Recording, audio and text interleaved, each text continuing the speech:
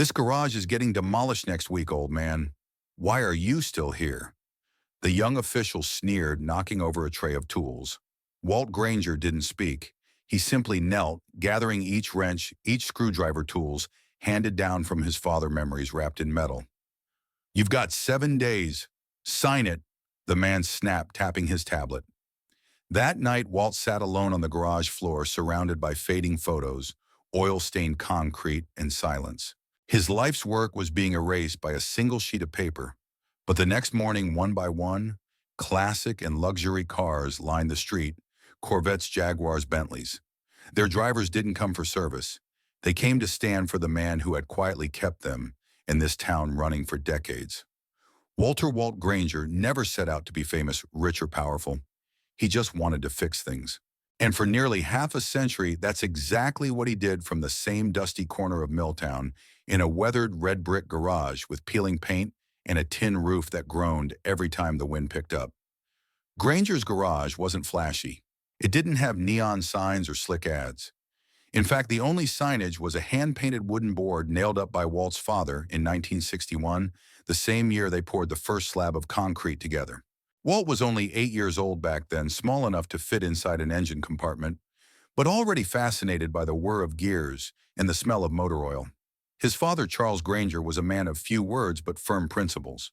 He believed in showing up on time, charging fair prices, and never letting a neighbor walk when their car could roll. Walt learned more under that roof than any school could have taught him, not just about carburetors and timing belts, but about character, commitment, and the quiet kind of pride that comes from honest work. As years passed, Granger's garage became more than just a repair shop. It became part of the town's heartbeat. Kids learned to ride their bikes in its parking lot. Veterans swapped stories over oil changes. Local bakers brought fresh pies instead of cash when times were tight, and Walt never once turned them away. He fixed trucks for single moms, tuned up church vans for free, and once walked a mile in a snowstorm to jumpstart an old farmer's tractor just so his cattle could be fed. There were no invoices for those kinds of jobs, just handshakes, nods, and the occasional loaf of banana bread. Walt wasn't the type to talk much about what he did. He never posted pictures or kept a ledger of good deeds. But the town remembered. The walls of the shop were lined with photos, some faded by sunlight, showing fathers and sons posing beside their first trucks. Prom dates smiling beside freshly waxed sedans, and a few old-timers who were no longer around but whose cars still ran thanks to Walt's careful hands. He never married again after losing his wife Margaret in '97. Instead, he poured everything into the garage. He lived in the modest apartment above it, ate lunch under the same workbench, where his father once rolled his sleeves and kept every single tool down to the smallest screwdriver in the exact same place. And those tools, they weren't just instruments. They were artifacts. Many had been passed down, their wooden handles, worn smooth from decades of use. Walt could name where each one came from and what job it had saved. There was the crescent wrench his dad used to fix the town's first fire truck, the rusted socket from a '63 Ford Falcon, a cracked mallet held together with duct tape and memory. Walt Granger wasn't rich. He didn't vacation or upgrade his phone every year. But when people talked about him in barbershops, at church, over coffee, they used words like solid, dependable, and good. In a world that moved too fast, where most things were disposable, Walt was something rare, a man who stayed, who served, and who quietly kept his town rolling, one car at a time. It happened on a Tuesday, the kind of quiet morning Walt Granger loved. The air was crisp, the coffee was black, and he was elbow-deep in the engine of Mrs. Dempsey's '92 Buick, a car he'd serviced since it first rolled off the lot, back when her late husband still drove her everywhere. Walt had just tightened the last spark plug when he heard the footsteps. Too quick, too polished, not the boots or sneakers he was used to hearing around the shop. He wiped his hands on a rag and turned just as a sharp voice cut through the quiet hum of the garage. Walter Granger. The man standing in the doorway looked like he didn't belong. Not in this part of town, not in this garage. Early 30s, neatly pressed suit, tablet in hand, expression said in that polite yet impatient way only bureaucrats seem to master. "I'm Ethan Brewer from City Development. I'm here to confirm receipt of your official notice. I need your signature." Walt blinked. What notice? Without waiting for an invitation, the young man walked briskly toward the workbench, tapping his tablet screen. Rezoning plans. Council approved them last month. This block's been designated for commercial redevelopment. Upscale retail, sidewalk cafes, the works. Walt raised an eyebrow, slowly removing his gloves. This garage has been here for 60 years. Exactly, Brewer replied as if it were an inconvenience, which means it doesn't meet current safety codes, environmental standards, or aesthetic requirements. You've got 7 days to vacate. Walt stared at him as if trying to translate a language he hadn't heard before. 7 days, he repeated. No relocation assistance. I'm afraid, Brewer added, not even pretending to be apologetic. It's all in the paperwork. He handed Walt a clipboard with a highlighted line eviction, effective in 7 business days. Walt didn't reach for it. Look, Brewer said, tapping the counter now. How much longer can you really keep up anyway? You're still doing everything by hand. Cars today are basically computers. This place, he gestured around with a smirk, is a museum. Then he made a mistake. In one sharp motion, Brewer slammed his hand against the bench, knocking over a metal tray full of carefully sorted tools. Wrenches clattered, a socket rolled across the floor. A small screwdriver, its handle darkened with age, skidded to a stop near Walt's boot. Silence filled the room. Brewer didn't seem to notice. Just sign it. You're not going to fight City Hall. Walt didn't answer. He slowly bent down, knees groaning, and began picking up the tools one by one. Each item was more than steel. They were memories. His father's wrench, a socket used on his first solo engine job, a torque wrench gifted by a customer after Walt fixed her car on Christmas morning. Brewer scoffed and walked out without another word. Alone again, Walt stood holding that old screwdriver like it was the last thread to everything he'd built. His hands trembled slightly as he set it back in place. 7 days, that's all the city had given him to erase a lifetime. Word spread quickly through Milltown. By Wednesday morning, folks sipping coffee at Mel's Diner were already murmuring about it between bites of toast and sips of drip brew. Walt's garage is closing down, someone said quietly.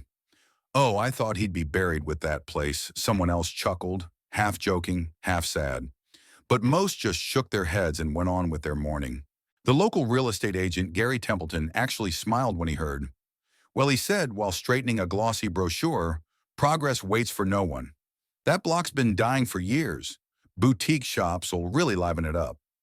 Nobody mentioned how Walt had stayed open during the great ice storm of '96, fixing tire chains in sub-zero temperatures for stranded families.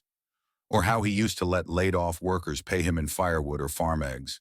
Or how he never once raised prices on retirees living month to month. Not out loud anyway. People remembered. They just didn't speak. That was the worst part. Walt had expected some kind of reaction. Maybe a petition, a letter, even just a phone call. But what he got was silence. The same town that had come to him in every crisis now seemed too busy, too numb, or too resigned to care.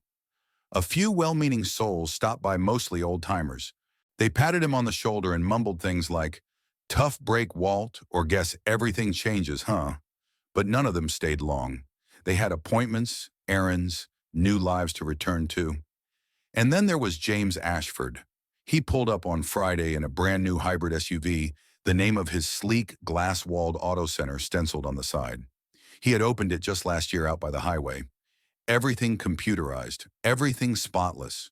James stepped out, designer sunglasses in place, and leaned against the doorframe with an easy, performative grin. "Hey, Walt, heard about the notice. Tough luck, man." Walt just nodded, wiping grease from his hands.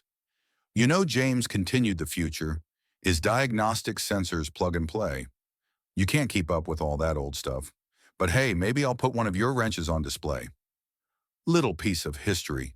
He meant it as a joke, but it stung more than he knew. Walt didn't argue. He just walked back to his workbench and continued carefully wrapping tools in soft cloths, as if preparing old friends for a long sleep. The toolbox his father had built. The rusted oil filter clamp he used on every stubborn Ford truck since '74. That evening, as the sun painted the town in golden hues, Walt sat on a crate beside the shop's sliding door. He watched the cars pass, watched familiar faces pretend not to see him. And for the first time in years, he felt invisible.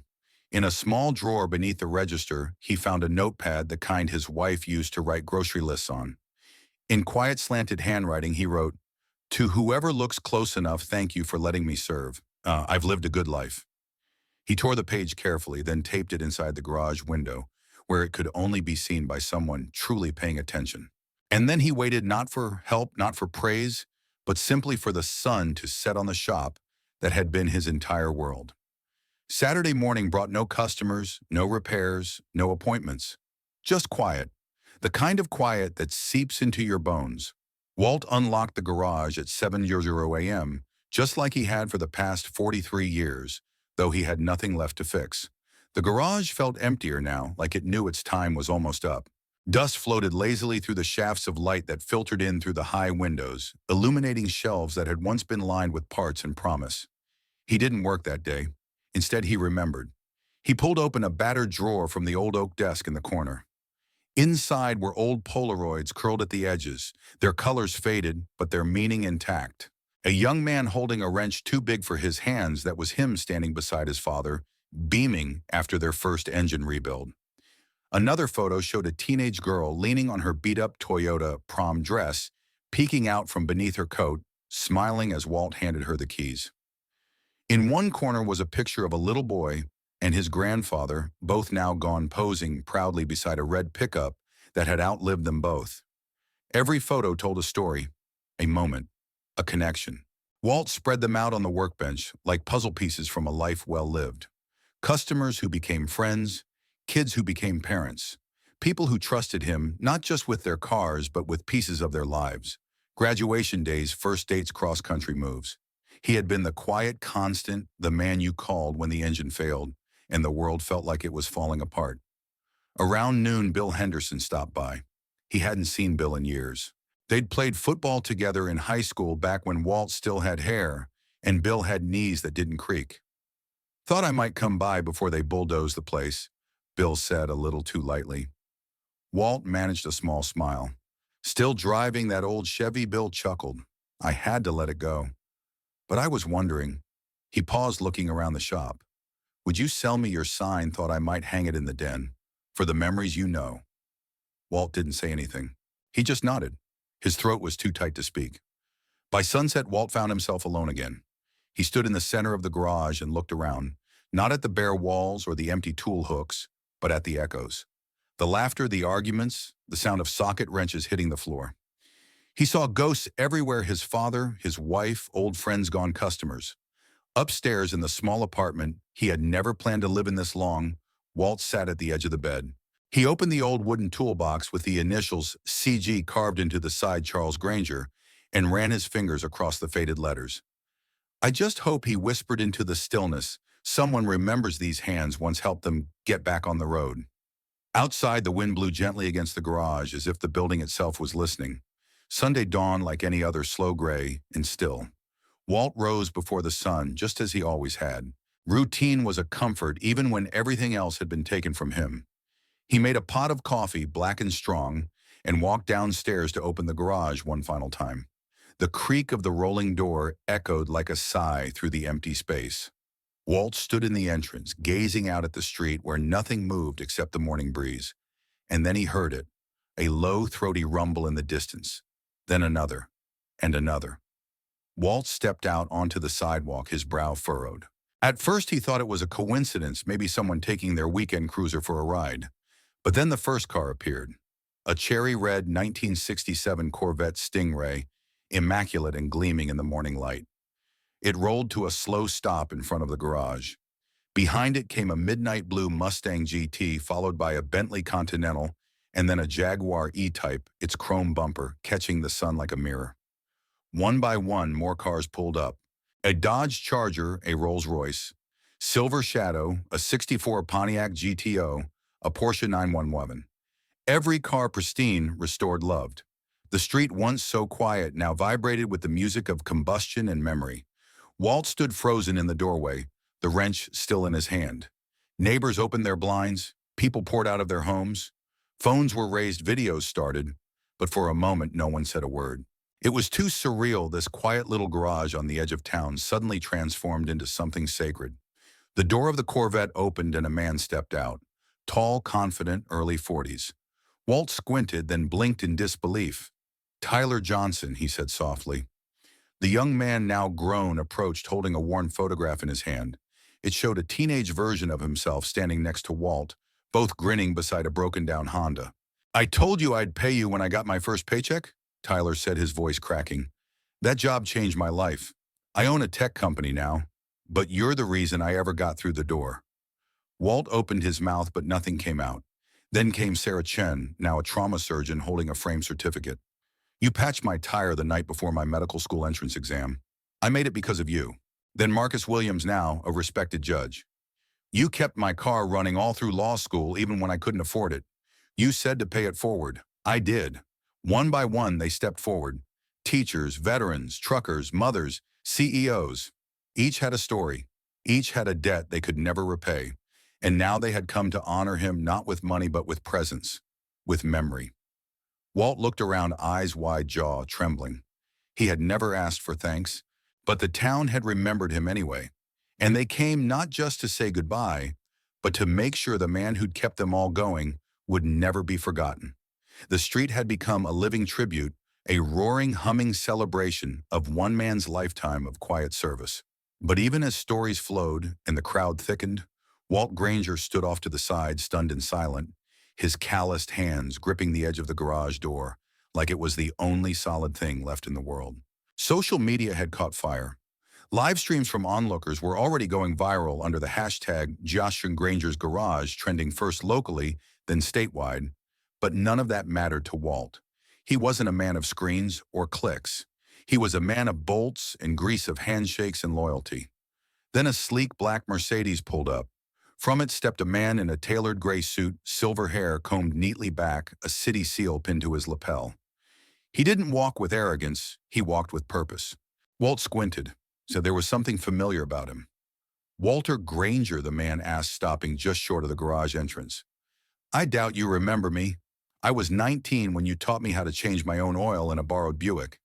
I had $20 in my wallet and a college loan hanging over my head. Walt tilted his head, the memory slowly forming. Thomas Grant, he said, barely believing it. The man smiled. Now Director Grant, Department of Transportation.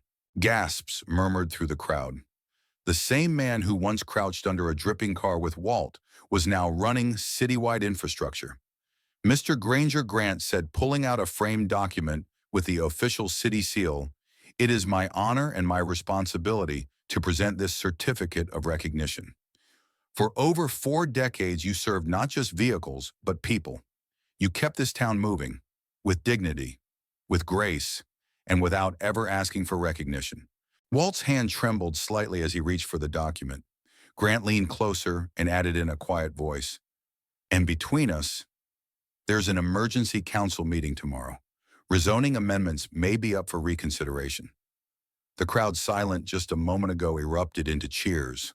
Some clapped, some cried. Others simply stood still, hands over hearts, as if witnessing something sacred. And still Walt didn't speak. He just stood there, the certificate in one hand, his old wrench in the other, blinking back tears beneath his weathered cap. Then from the crowd, a small boy pushed forward, no more than 7, gripping a plastic toy car with a broken wheel. "Mister," the boy asked shyly, "can you fix this for me?" The entire crowd held its breath. Walt looked down at the toy, then at the boy, then at the street full of cars and faces he had helped carry through life. "If you believe I can," he said with a smile, kneeling to eye level, "then I still can." Cheers rang out again. Cameras flashed. But in that moment, all Walt cared about was the feel of the tiny car in his hands and the look of trust in that boy's eyes. It wasn't a retirement. It was a resurrection. Granger's Garage didn't reopen the next day, but it didn't have to. Walt had made his decision quietly, without speeches or headlines. The city council's emergency meeting did indeed result in a pause on the redevelopment plan, enough to buy time. But Walt knew the world was changing, and he had no intention of standing in its way. He just wanted to leave on his own terms, with dignity, with peace. So the garage closed, but not in defeat, in honor. In the weeks that followed, the town of Milltown began to change, not from city planners or zoning boards, but from within. Local schools introduced a new craftsmanship week, inviting welders, carpenters, seamstresses, and yes, mechanics to speak to students about the dignity of working with your hands. Walt was the first to be invited. He stood in front of a class of ninth graders, grease still under his fingernails, and held up his father's wrench. "This was given to me when I was 16, he said. "It's not smart. It doesn't run on code. But it's fixed more lives than you'd think." The students listened not because he was flashy, but because he was real.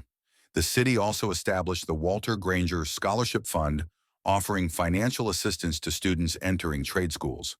Funded by anonymous donors, many of whom had pulled up that Sunday morning in luxury cars, the scholarship quickly gained local support. In its first year, 7 students received full tuition. One of them, a young woman named Maria, later told the local paper, "People used to laugh when I said I wanted to be a diesel mechanic. Now they ask me where I'll open my shop." On the corner where the garage once stood, the building remained untouched. The city, after hearing the voices of the community, voted to preserve it as a historical site. They didn't remodel it. They didn't modernize it. They simply cleaned it up and installed a single bronze plaque by the door. It read Granger's Garage, Est, 1961, a place where problems were fixed and people were never turned away. Walt still lived in the apartment upstairs. He no longer worked full-time, but the garage was open on Saturdays for walk-ins, mostly young people who wanted to learn. He didn't charge for the lessons. He just asked them to show up on time, clean up after themselves, and care about the work. He found joy again, not in rebuilding carburetors, but in rebuilding confidence. In handing over tools and watching new hands take hold. People still brought him pies, sometimes a fresh jar of pickles. One woman brought a quilt stitched from old garage shirts. For cold nights, she said. And every so often, someone would walk through the doors, a stranger who had heard the story, seen the videos, or read about it online, and say, "Are you the guy who—" Walt would nod, smile softly, and gesture to the photos still hanging on the wall. "I'm just the guy who kept the lights on," he'd say. But everyone else knew he was the one who had kept the whole town running. Some nights, Walt sat by the window of the upstairs apartment, the same one he'd once considered leaving behind. From there, he could see the garage, quiet still, but alive in memory. He often thought about what people chase in life titles: status, speed. The world kept rushing forward faster every year, full of things built to break and replaced in a blink. But he'd spent his life fixing things, holding them together, not just cars, but people too. And in the end, that had mattered. He didn't have a retirement fund worth bragging about. His fingers ached when the weather turned, and the toolbox by his side had more rust than paint. But when he closed his eyes, he didn't see loss. He saw the smile of a teenage girl driving off to prom, the grateful nod of a young father who could now get to work, the look on little Leo's face when he held that old wrench like it was gold. That was his wealth. That was his legacy. People often ask what kind of world we're leaving behind for the next generation. But maybe the better question is, what kind of values are we passing along? Walt didn't preach. He didn't post quotes on social media. He simply showed up day after day with a willingness to help and a heart full of quiet pride. And as long as there's one kid out there willing to learn, one neighbor helping another, then maybe the world still has a chance to keep running right.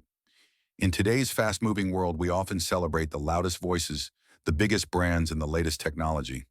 But stories like Walt Granger's remind us that real impact rarely makes headlines. It happens quietly in garages, kitchens, and backyards. In every person who chooses to serve others, not for attention, but because it's the right thing to do. Walt didn't leave behind a mansion or a media empire. What he left was far more lasting trust, respect, and the kind of legacy that can't be measured in dollars, only in lives touched. So here's the question. In a society that constantly chases the next big thing, are we forgetting the value of those who keep the everyday running? Have you known someone like Walt, a teacher, a neighbor, a parent whose quiet presence made a lasting difference? Or maybe you've been that person. Let us know in the comments below. Share your story, or simply leave a name in honor of someone who never got the recognition they deserved. These are the stories that should be remembered. And if this story moved you, if it reminded you of something worth preserving, please consider liking this video, subscribing to the channel, and sharing it with someone who still believes in the power of kindness, hard work, and community. Because sometimes it takes just one person with a wrench and a little heart to keep the whole town moving. Thank you for watching incredible stories where justice, memory, and simple acts of kindness are never forgotten.